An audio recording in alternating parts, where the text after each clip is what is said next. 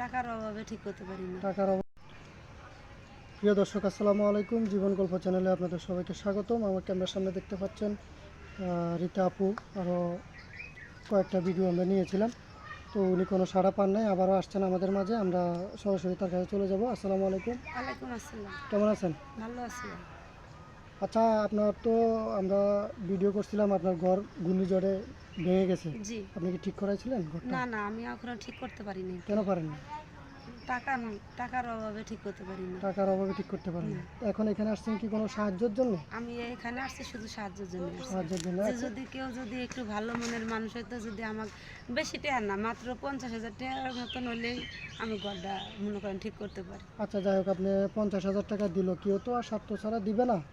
এখন যদি 50,000 টাকা দিয়ে বলে যে তাকে আমার পছন্দ হয়েছে, আমি বিয়ে শাদী করতে চাই, এখন আপনি কি বিয়ে করবেন? মানে করে হলে তার ভালো হয়, কারণ আমি তো এখনো বিয়ে করি না, বুঝছেন।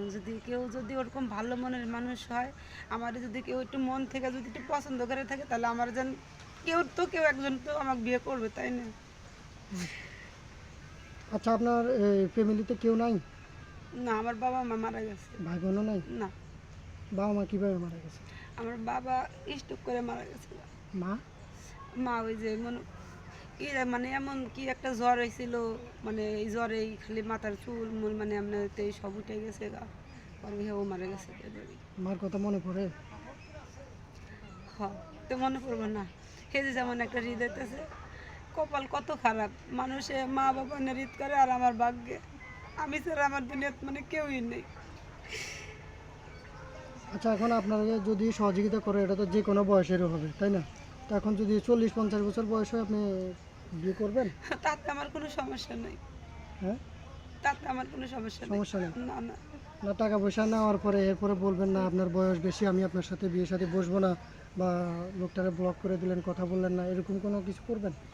আচ্ছা, আপনার কাছে তো আমি আরো দুই একবার আসছিলাম, আমি কোনো সময় কি আমার তো জানেন আমি কি ওই ধরনের মেয়ে? ওরকম না, বুঝছেন। না, আমরা তো চিনি জানি, কিন্তু দর্শক তো আর চিনে না, তাই না? ওরা তো বিভিন্ন রকমের কথা বলবে, এখন সেটাই বলতেছি।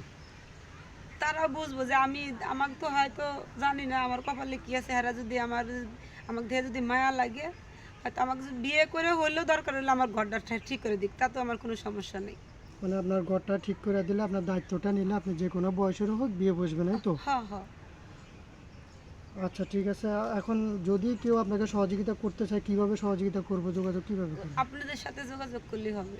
আমাদের সাথে যোগাযোগ করলে? কেন, আপনার ফোন নাম্বার? না, আমার মোবাইল নাই। মোবাইল নেই? না। প্রিয় দর্শক, আমরা আরও কয়েকটা ভিডিও করছিলাম, উনি সরাসরি বলছেন ওনার কোনো মোবাইল ফোন নাই, দুই বেলা খেতেই পারে না, মোবাইল ফোন কীভাবে কিনবে? এখন যদি কোনো ভাই ওনার দিকে তাকিয়ে মায়া লাগে, ওনার ঘরটা যদি ঠিক করে দিতে চান, একটু সহযোগিতা করতে চান, স্ক্রিনে আমাদের ইউটিউব চ্যানেল কর্তৃপক্ষের নাম্বার থাকবে। দয়া করে কেউ বারবার কল দিয়ে বিরক্ত না করে স্ক্রিনশট মেরে একটা ছবি পাঠিয়ে দেবেন, আমরা অতি তাড়াতাড়ি আপনাদের সাথে যোগাযোগ করার চেষ্টা করব। সবাই ভালো থাকবেন, সুস্থ থাকবেন, আল্লাহ হাফেজ।